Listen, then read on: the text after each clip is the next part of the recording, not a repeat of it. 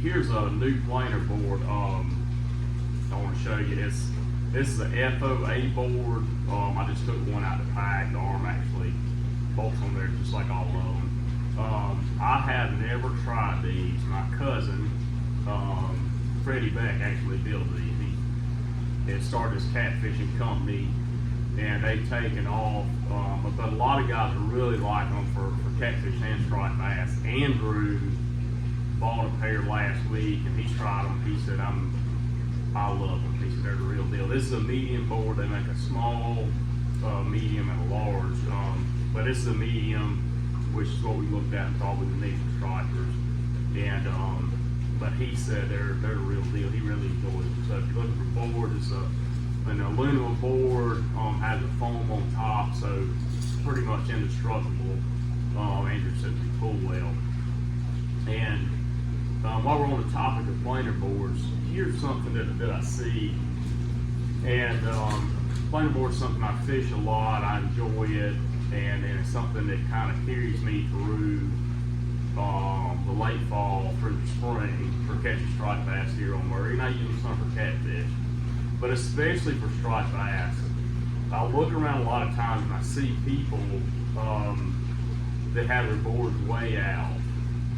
And I have noticed over the years that I try to keep my inside two boards. I typically run 3 on each side for stripers, but my inside boards, the close one to the boat, I try to keep that thing tight. And a lot of people run them out.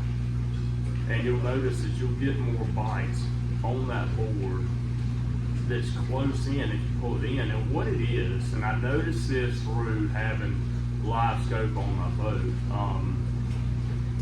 that boat will spook those fish, and they'll move just to the side of it, not far. I mean, they'll just move 10 feet out, and when they do, that bait comes by and you'll get bit. Several years ago, we were fishing in the fall, and I told Andrew that he reeled his boards up on a guide trip, and all of a sudden he said, "Man, I can take it. They're biting the boards right by the boat." So, will it work all the time? Obviously not.